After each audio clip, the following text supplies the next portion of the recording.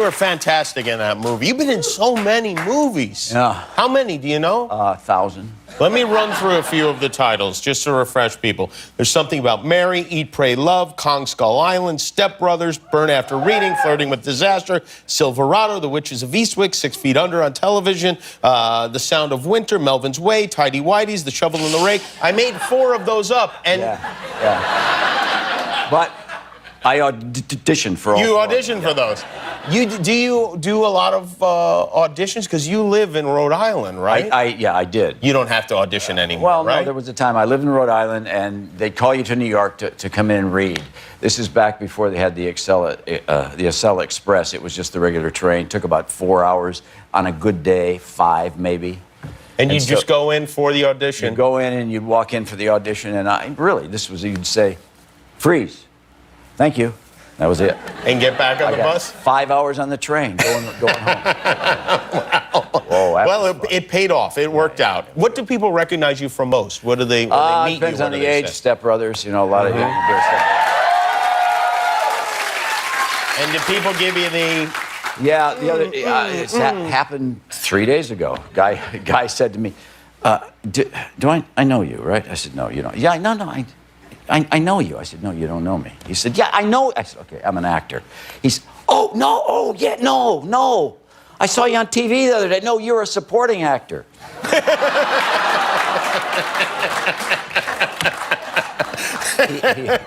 He had a point. He did. Yeah. Not just a supporting actor, best supporting actor is what you should have told him. So you never lived out here in L.A.? Yeah, I came out here. I lived out here for about a year and got this part of my anatomy handed to me. Oh, it didn't go as you... How old were you at the time? I was about 32 or 3. And you decided you were going to make a serious go at it out here. Yeah. And it didn't go well. It was the most depressing time in my life. Do you think those casting directors, if they're even aware of who they passed on, are embarrassed now? Do you think that... Do you ever see any of those people who didn't hire you? Embarrassment is not a big thing out here. It's not something that people do. They actually had a thing where you would pay to audition, and you would $35. You would bring 15 resumes, put them down. You would go out, and the casting directors would be on their lunch break. They would come and watch. It wasn't the casting directors. It was, gophers and secretaries. So you you go out and you audition, and then if they're interested, they take your picture. So I auditioned. Everybody auditioned. I come out. Everybody's pictures are gone. All 15 of mine are still there. Oh, wow. Absolutely. And I think for $35, they'd at least take it to pretend. I know. Well, so I was counting them. I said, but I think I brought 16. This is a great... You should work this into your speech if you win the Oscar. I mean, that's really... Wow, that is really disheartening. I know. I didn't mean to dishearten it. Thanks for watching. If you liked that video, click the subscribe button. And if you didn't like it, well, you hurt my feelings. The Shape of Water in theaters near you right now. When you take on a role with a script like this, where it's essentially a love story between a woman and a sea creature beast, and you play a character who is involved in this because you're the next door neighbor who's equally as lonely as the young lady. When you read this sort of stuff, what do you think when you get a script like this, Richard? I wanted to do it immediately. This is what you do. This is how you know you love it. Guillermo sent me an email and said, I'd never met him. And he said, I want you to play Giles. I hope you love it as much as I do. And I read it, and I sent him an email back the next day and said, I think I do. But when you know you love it, when you're reading this character and you're turning the page and you're saying, please don't die. Please don't die. Right. Because it's right. You read something and it speaks to you or it doesn't. It's about as simple as that. There's no other reason. You just read and you go, I think I could find something in there that, or sometimes you read it and you go, there's so many guys that could do this better than me, or this doesn't speak to me. And I knew immediately when I read that. That you had to do it. Now, when you're shooting the scenes with the creature, I don't know what we could call it, was there really somebody in a suit like that? Yeah, or? Doug Jones in a rubber suit. Basically, he's entombed. It's like being buried alive, except you can move around. You are covered. Everything is covered except your eyes and your nose and your mouth. You're entombed in this. Right. And in fact, one of the extras that did a stunt double thing for him, they put him in a suit, and I think it was a dancer. I'm not sure who it was, but he got so claustrophobic he threw up in the suit. Oh my God! It's a whole, you got to be a certain kind of dude to do this. I bet. And he's in it for 14, 15 hours a day. Right, I know, and you just met him over there, Mike Del Tufo. He's in a Mike Del Tufo suit every day. We put him and we zip him up in that skin. He's right entombed. There. He's right there every single. That's what we call him every single day, and I appreciate you doing that every day for Thank the show, you, Mike. Rich. Really I do for that. you. It's very moving.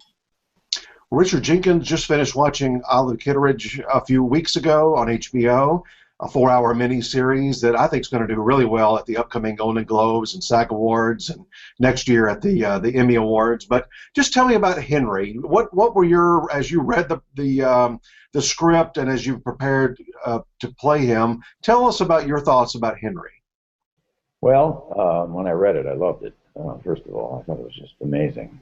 Frances McDormand called me and said, "I want you to play Henry," and I had no problem saying yes. It was an incredible script. But you know, the more I worked on it, the more I thought of my mom. And I wasn't intentional, but my mother was very kind. She was filled with kindness. In fact, I really saw her angry. I saw her frustrated at times, but I never saw her angry, really angry. And it just kept coming back to me that this is kind of like my mom. If my mother didn't like you, you must have done something really bad, because she was very sweet, patient, understanding woman, and that's Henry kind of became her. Well, I hope that was your mom. Olive was not like your father. No, but my father was a pessimist, and my mother was such an optimist. And we see that in a lot of relationships, you get something from the other person that you don't have, that you kind of need. And my father had a dose of reality that my mother needed sometimes, and she had a sense of optimism that he needed a lot. So it is kind of like Henry and Olive in that sense. But no, my dad was my dad was he was a cool guy. Not to the maybe opposites attract, but not to the extremities of Olive and Henry, though. I started wondering about midway through the miniseries. I wonder how these two ever really even got together, because they're way opposite. Well, it's funny. I've heard that before, and it never occurred to me. It always made sense to me, the relationship. I got it playing it, you know. And I think if you watch it again, sometimes these things need to be. In fact, I've seen it 4 times, which is rare for me. I don't usually watch anything more than once, if once. And I see things the 3rd and 4th time I didn't see the first time. And a lot of that is a relationship. It's just the moments between the two of them where they connect, where they understand each other, where they talk in shorthand. And I got it. I always got it. I knew he loved her from the beginning, understood why he loved her, and in her way knew that she loved him. One moment I thought kind of summed up the two of them was when after the wedding you're at the house, and the daughter-in-law is overheard outside. Olive overhears the daughter-in-law, and she's talking to somebody else at the party and says, "Oh, we love Henry, but not Olive so much." That was kind of the reaction a lot of people had in that town, right? Yeah, and you could tell it hurt her, and that's the other thing. You could tell it hurt Olive when they said that. It's not. It's like the student that she saved, who said she really wasn't that bad. I mean, he understood her. She was only trying. Let me say this. I always felt Olive was always trying to help. Usually, that's. She may not have gone about it in the most diplomatic way, but she said what she thought, and you know, the truth is, I never found it that mean. I mean, there were times, but it made sense to me. In fact, she used to do things in the miniseries when we were shooting it that, as Henry, I would think, "You go, that's great. I could never do that. I'm glad you're doing that," because I could never say that to her. I just, yeah, I just see it differently than a lot of people. It's interesting. It's interesting. When you're in the middle of a relationship, like Fran and I were in that film, got very close, and we were friends before and became really close friends during the miniseries. We're both in very long relationships. I've been married for going on 45 years now, and we understand the shorthand and the the ups and downs and what it takes to keep something from unraveling. Well, she's one of the great actresses of all time. What about the two of you in terms of acting styles? Are you very similar? Well, I said to her once, "You have no idea how good you are unless you're across the camera from you." When I know how good you are because I'm playing scenes with you. Yeah, she's how could I say it? She's one of the great actresses who ever lived. She's just a brilliant actress and understood Olive completely. And boy, we had fun. It was just fun. Well, a couple of other moments I wanted to ask you about specifically.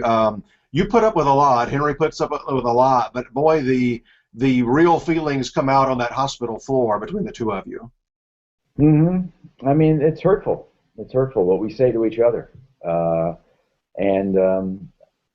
What can I say? We, as he says, we'll get over it in time. But what about that? Talk about shooting that particular scene. It's a real pivotal scene for the whole project. Yeah, it was interesting because we shot it. We shot a lot of this in order, which was really great. Not all of it, but a lot of it. In fact, we shot the stuff in the pharmacy with Denise. We shot that at the end, but most everything else was in order. We were both a little nervous about it, how it would play out, what it would, where it would go. I love what Lisa did with it. I love the way she edited it, the way she shot it. The laughter that came at the end of it was kind of something that just happened while we were shooting it. If you start thinking something is a pivotal scene, then you're sunk. So we didn't talk about it that much. We rehearsed this baby for 3.5 weeks together. Fran and I just sat around and read and talked and read and talked. Other actors would come in, we'd read with them, we'd talk, and it was great because not for no other reason, for 2 or 3 reasons. One of them is we got to really know each other as Olive and Henry. And I got to know where I was in the script at all times because it's over 25 years, and sometimes you shoot one day. In fact, there were days where I would be 75 and then I'd be 50.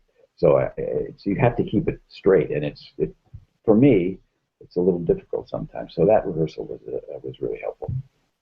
Well, that was one of the nicest things about it, I thought, ultimately, was by being a miniseries and being 4 hours. If it had been a feature film, I don't think a 2-hour movie would have allowed the pace, the gentle pace, the long look at several decades that being on HBO and being a miniseries allowed you to breathe a little bit. Yeah, no, it's true. It's except you can do it in the movies with intermission.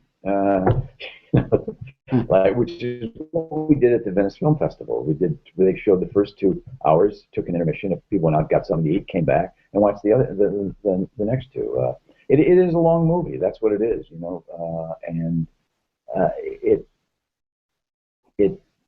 you just have to take your time with it. You have to live your life on camera. Basically, what we tried to do, and you never know how it's going to turn out. But I think. I'm really pleased with it. One element of Henry's personality, and it's brought up several times by Olive, is he really likes to flirt with she calls them the mousy girls. What did you think about that particular aspect of his personality? Well, he finds her. He loves her optimism. He loves her innocence, and he loves the fact that she counts on him, needs him. He has a crush on her. I always did, but wasn't going anywhere because that's just creepy. Somebody my age, and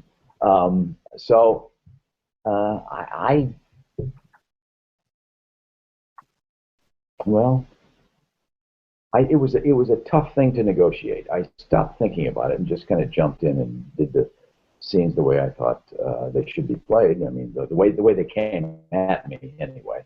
I didn't want it to be creepy. That's the thing I worried about. I didn't want this, old man and this young. It just so it was a delicate thing. Well, I think you did walk a fine line there, but it paid off because I don't think the audience ever felt like Henry was going to have an affair. I think much like what was probably in his mind was he's just being nice to people. He is, but I mean, there was something special about her that he was. I mean, it came at a time in his life, and Olive was, with the English professor, and they both were having struggles. That first episode is their struggle, kind of, and then you see how they deal with that for the next 3 episodes. It's like Denise came along at a time, and she said, Olive says, you'll have somebody who will worship you. Won't that be nice? And he says, it will, actually, yeah. And she just came along at the right time, or the wrong time, depending on how you look at it. And wasn't Zoe Kazan fantastic? Well, I'm going to mention spoiler here because if somebody's watching this and they haven't watched Olive yet, please do. But toward the end, your character has a stroke. And you're in the I guess the nursing home there for a good while of one of the episodes. What about as an actor? What kind of process do you have to go through to be in that mental state and that physical state? Well, when you hit my age, I'm 67. My father had a stroke when he was 69.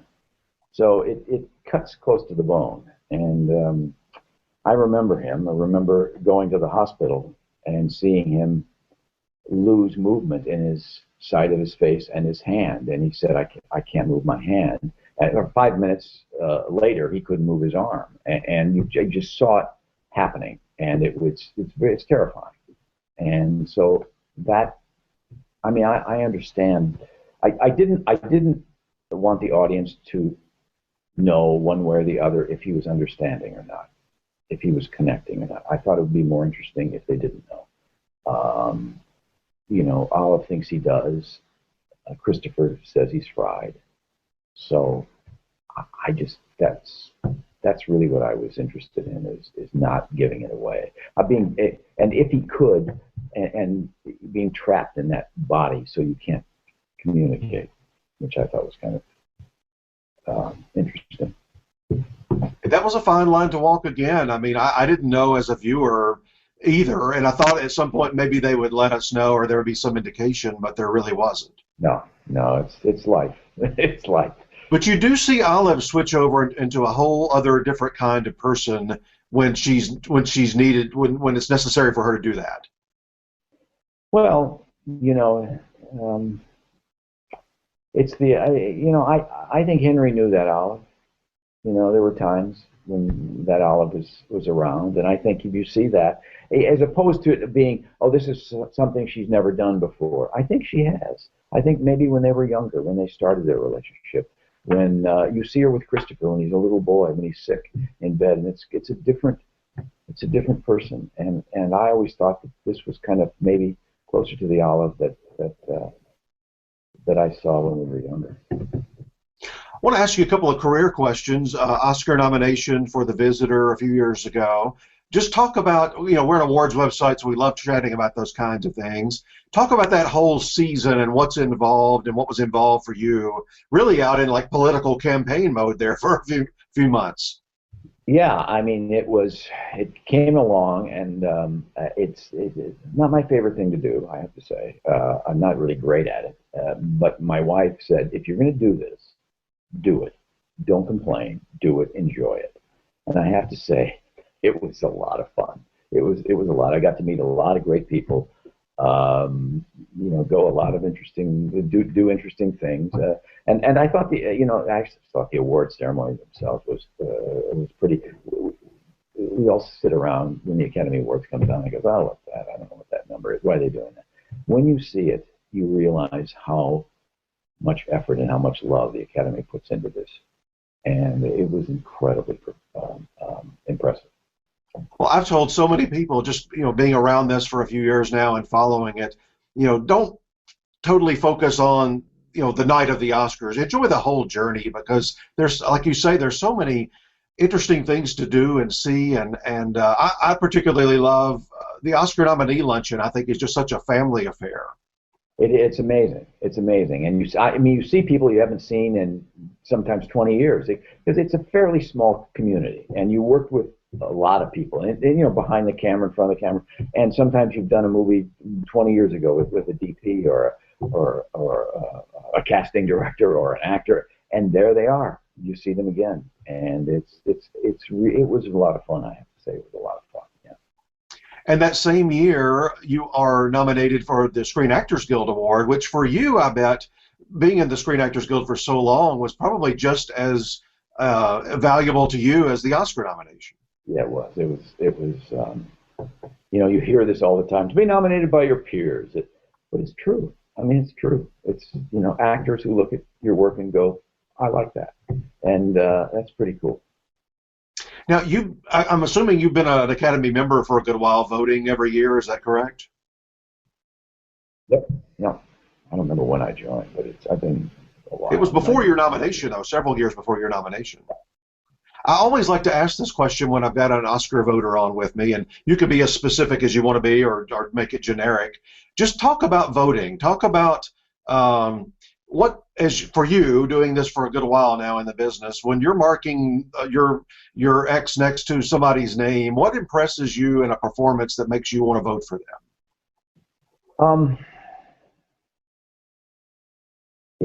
What it comes down to is if I believe it. If I'm seeing a person, if I'm watching a person on the screen, going through their struggles, living their life, dealing with things, and I see a human being, I am so drawn to that.